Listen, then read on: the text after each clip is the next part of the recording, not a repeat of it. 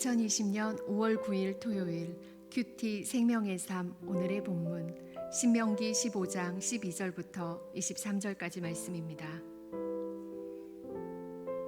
내 동족 히브리 남자나 히브리 여자가 내게 팔렸다 하자.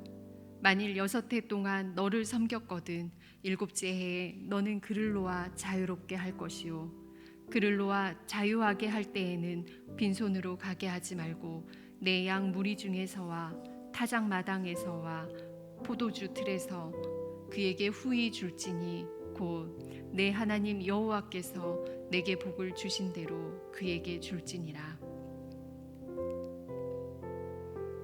너는 애굽 땅에서 종되었던 것과 내 하나님 여호와께서 너를 속량하셨음을 기억하라. 그것으로 말미암아 내가 오늘 이같이 내게 명령하노라. 종이 만일 너와 내 집을 사랑함으로 너와 동거하기를 좋게 여겨 내게 향하여 내가 주인을 떠나지 아니하겠노라 하거든 송곳을 가져다가 그의 귀를 문에 대고 뚫으라. 그리하면 그가 영구히 내 종이 되리라. 내 여종에게도 그같이 할지니라.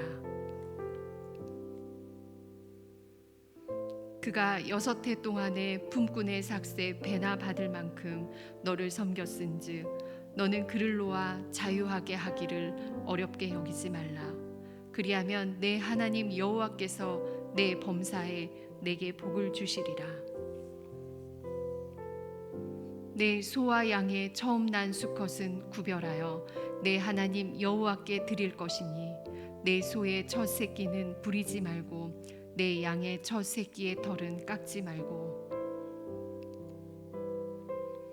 너와 내 가족은 매년 여호와께서 택하신 곳 내 하나님 여호와 앞에서 먹을지니라. 그러나 그 짐승이 흠이 있어서 절거나 눈이 멀었거나 무슨 흠이 있으면 내 하나님 여호와께 잡아들이지 못할지니 내 성중에서 먹되 부정한 자나 정한 자가 다 같이 먹기를 노루와 사슴을 먹음같이 할 것이요 오직 피는 먹지 말고 물같이 땅에 쏟을지니라. 아멘.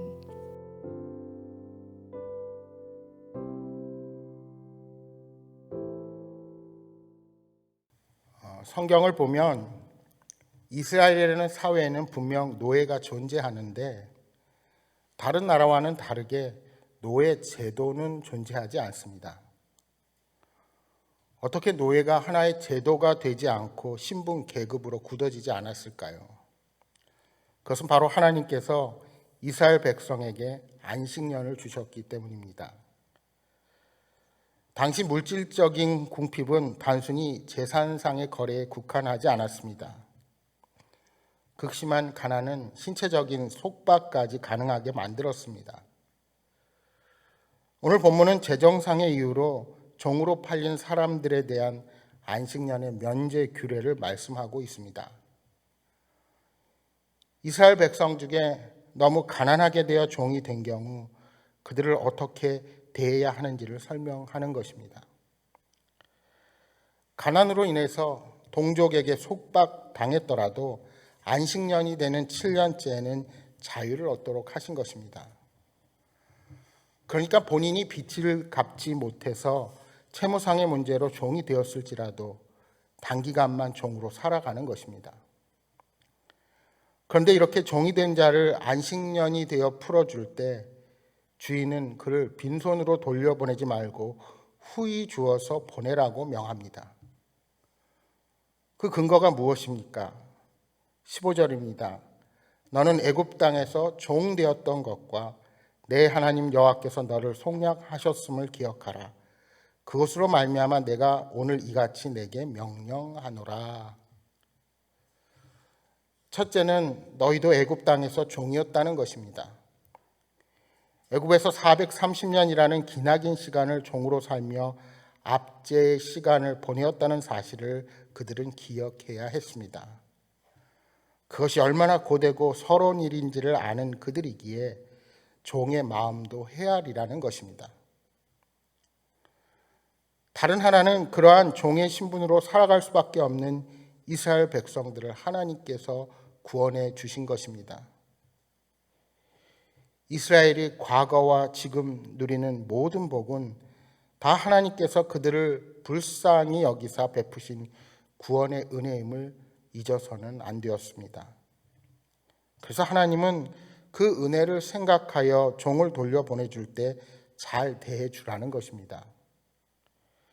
그들이 자유를 얻어 떠나게 될 때 빈손으로 가게 말고 하나님께서 베푸신 은혜대로 후히 나눠져야 할 이유가 무엇입니까?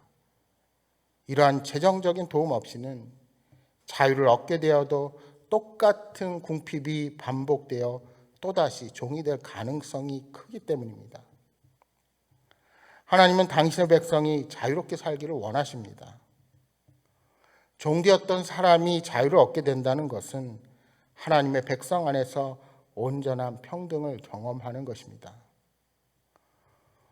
비록 여러 가지 이유로 빚을 지고 종의 생활을 하게 되었지만 그것이 그의 인생 전체를 초라한 삶으로 끝내도록 하는 것은 하나님이 원하시는 뜻이 결코 아닙니다.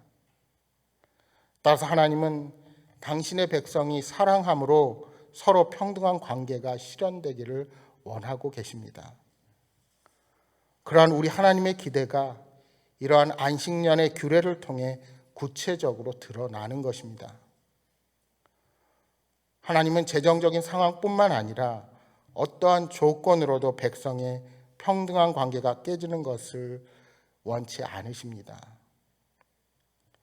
이것은 오늘날 태어난 곳이 다르고 피부색이 다르며 지식 수준이 다르다고 차별하고 분리하는 것이 성경적인 원리에서 얼마나 벗어난 것인지를 말해주는 근거가 되기도 합니다. 우리는 공동체 안에 있는 모든 차별을 거절하고 오직 하나님 안에서 사랑을 발전시켜 나아가야 합니다. 오늘날도 많은 사람들이 빚을 져서 고통을 받기도 하고 반대로 어떤 사람은 빌려준 빚을 받지 못해서 고통당하기도 합니다. 따라서 여기에 대한 우리 그리스도인의 태도가 참으로 중요합니다. 특히 우리가 빚을 받을 위치에 있다면 빚을 진 사람보다는 더 많은 물질을 소유하고 있을 가능성이 크므로 빚진 자에 대해 자비를 베풀 수 있어야 합니다. 빚진 자가 너무 오랫동안 빚을 갚지 못해 고통스러워한다면 그 빚을 일부 혹은 완전히 탕감해 주는 것이 하나님의 뜻입니다.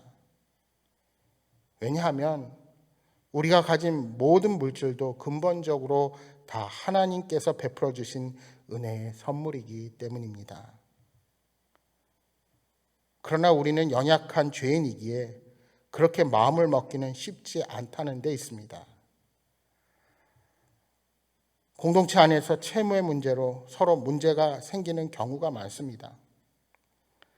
그래서 공동체 안에서 돈을 꾸어줄 때 그 공동체가 채무의 관계로 서로 힘들어지지 않을 정도로 자기 능력만큼만 도와주는 것이 현명한 방법입니다. 아무리 상대방이 어렵다고 자신의 능력의 한계를 벗어나서 도와주는 것은 관계의 좋은 유지를 위해서 결코 바람직하지 못합니다. 과도하게 높은 이자를 받고 돈을 꾸어주었다가 나중에 채무를 갚지 못해서 관계가 깨지는 경우가 얼마나 많은지 모릅니다. 반대로 친분 관계를 핑계로 거액의 돈을 빌린 후에 갚지 않아서 관계를 어렵게 만드는 경우도 있습니다. 따라서 아무리 재정적으로 어려움에 처한 사람이라도 도와줄 때는 그 빚을 다 탕감하고도 그 사람을 잃지 않을 정도로만 도와주는 것이 오히려 관계를 깨지 않는 슬기로운 방법입니다. 그러나 더 중요한 것은 우리 마음이 좁아지지 않고 인색해지지 않기 위해 하나님의 은혜를 헤아리는 지혜가 필요합니다. 때로 우리를 공경에 빠뜨리고 상처를 준 사람이 있더라도 우리가 하나님으로부터 받은 것을 기억할 때 우리를 아프게 한 사람에게 관용의 마음을 품을 수가 있는 것입니다. 다른 사람과 맺는 관계는 곧 내가 하나님과 맺는 관계를 보여주는 거울임을 기억하시기 바랍니다. 늘 하나님께 받은 구원의 은혜를 기억하며 은혜 받은 자답게 넓은 마음을 품고 살아가게 되기를 소망합니다. 19절 이하 말씀에서는 하나님께 드릴 소와 양의 첫째로 태어난 것을 다루고 있습니다. 첫 새끼를 주께 드린다는 것은 앞으로 더 많은 짐승이 태어날 것을 미리 감사하는 것이요, 더 많은 짐승이 태어날 것을 믿는다는 표현이기도 합니다. 그러나 그렇다고 흠이 있는 것을 드려서는 절대로 안 되며 흠이 없는 것으로 드리라 말씀합니다. 어떤 성도는 헌금을 드릴 때 정성껏 준비하여 드립니다. 헌금으로 드릴 지폐도 깨끗한 것으로 준비해서 드리고 헌금도 자기의 재산과 수입에 비추어 볼 때 넉넉하게 드립니다. 그러나 어떤 분은 소유도 많고 수입도 많지만 별 정성과 준비 없이 헌금합니다. 이 경우 두 사람의 차이가 확연합니다. 하나님이 이 중 누구의 헌금을 기뻐 받으실지는 자명합니다. 따라서 우리는 헌금을 드릴 때 정성껏 준비해야 합니다. 헌금을 드릴 때 주님이 베풀어 주신 것에 대한 감사를 담아야 하며 나아가 주님께서 앞으로 더 주실 것이라는 믿음으로 드려야 합니다. 이러한 자세와 마음으로 드린다면 주님은 그 자세를 보시고 더 넘치도록 부어 주실 것입니다. 사랑하는 여러분, 우리는 모두 주님으로부터 도저히 갚을 수 없는 죄의 빚을 탕감받은 자들입니다. 그리고 지금도 주님께서 허락하신 풍성한 은혜 가운데 살아가고 있는 자들입니다. 이 사실을 늘 명심하며 늘 주님을 향한 감사와 믿음으로 살아가는 복된 삶이 되시기를 주님의 이름으로 축복합니다. 우리 주신 말씀 기억하면서 이 아침 기도하겠습니다. 늘 구원의 은혜에 감사하며 용납하고 용서하며 베풀고 살아가는 믿음의 백성들로 서게 하여 주옵소서 하고 기도하시기 바랍니다. 재물에 대한 욕심으로 더 큰 것을 주시기 위한 주님 앞에서 인색한 자가 되지 않게 하여 주옵소서 하고 기도하시기 바랍니다.